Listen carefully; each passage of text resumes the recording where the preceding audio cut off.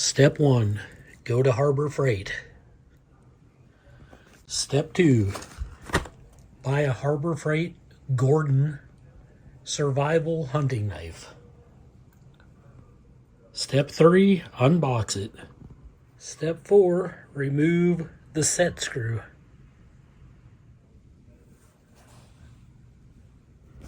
Okay, I taped off the threads to protect them, and I took an old file and I put it down in there and I thumped really hard on the tang, and it loosened it up enough that I was able to pull it right out. And that was after removing the set screw, of course. You have to remove that. So now I can put epoxy on this, and I'm gonna actually file some like little divots in this, and I'll show you that before I put it back together, just so the epoxy has more to grab to. And I'm going to epoxy that back into the handle. Okay, here it is after I lightly put some file mix in it. Just a little bit.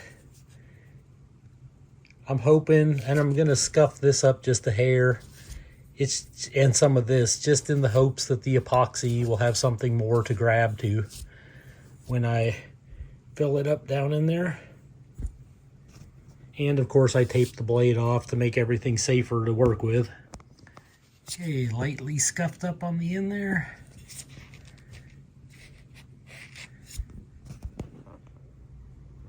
Okay, here we go. Today I'm going to use this. It's what I had on hand. It's got 5,020 pounds per square inch. This takes quite a bit longer to set, but that's probably why it's also stronger. So by late this evening, it'll be cured. Well, it'll be set and it'll be cured by tomorrow. And this is steel reinforced epoxy, and it dries dark gray. And that's what I'm going to put on this knife tang.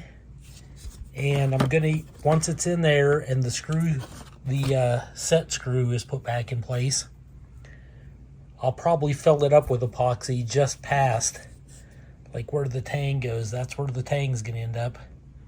So my epoxy will probably come up to about here somewhere, which should add considerable strength. Okay, I took a folded up piece of sandpaper and I wedged it down in here and sanded and scuffed up the inside a little bit. Then I rinsed it all out with 91% rubbing alcohol, and I cleaned this really thoroughly with rubbing alcohol. So we should be able to mix the JB Weld. I'm just going to mix it in this tray here and then pour it into the handle. I'm going to spread some on this though. I'll try to film the best I can, but it's not going to be easy here because I got to use both hands to do a lot of this, and I don't have a tripod at the moment.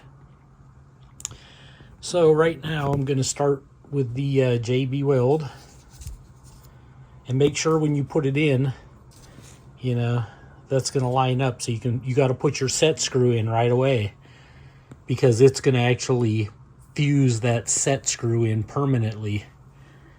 So here we go. Okay, first you take the cap off, then you mix the two together. I'm going to use quite a bit, I believe anyways. You want it about equal parts.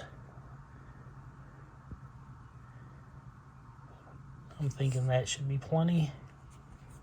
I hope. I might need a little more than that. Yeah, let's just do it.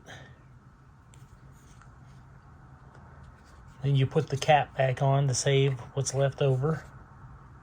Now you mix it up really good.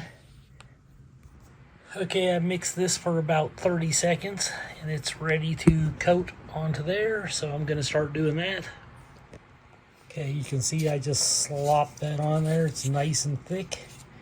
Now I'm going to put the handle in, or the blade into the handle. Okay, I did that. I had wiped off some of that messy excess. Now I'm going to put a little bit into this set screw area.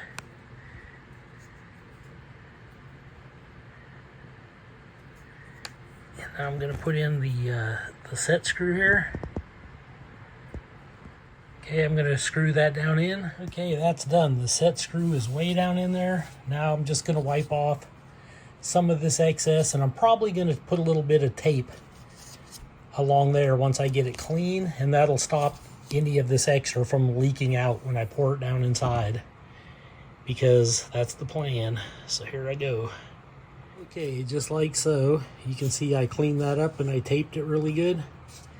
Now I'm going to set the knife down this way. I'm going to use a cardboard box to hold it, and I'm going to get the epoxy down in there. So let's do that now. Okay, that's what it looks like right now. Can't see any light coming through or anything, so I'm going to fill that up with the epoxy.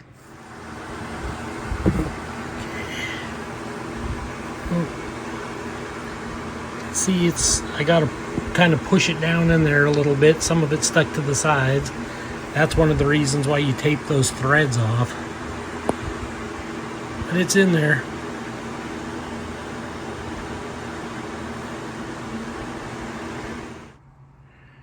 Alright, I got the epoxy down in there.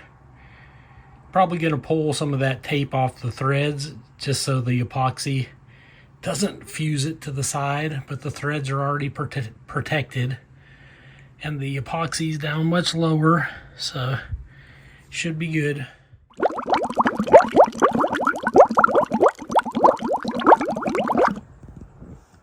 Well, this is the finished product.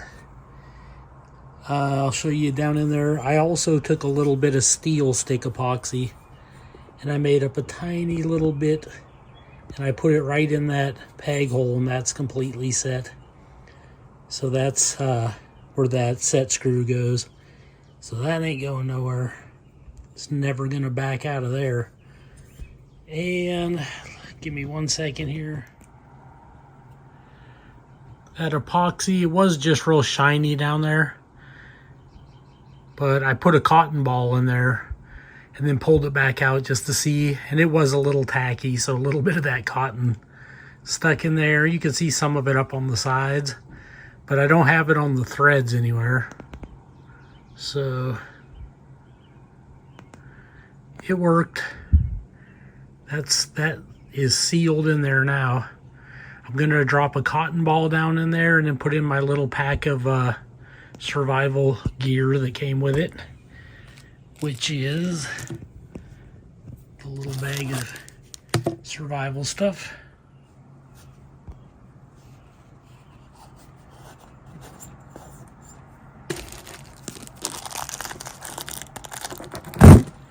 Okay, that's it. Then put the cap on.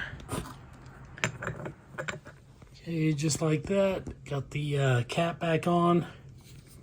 You don't need the cotton ball. I just put it in there so that if that epoxy was a little tacky, it wouldn't fuse to the little survival kit that's in there.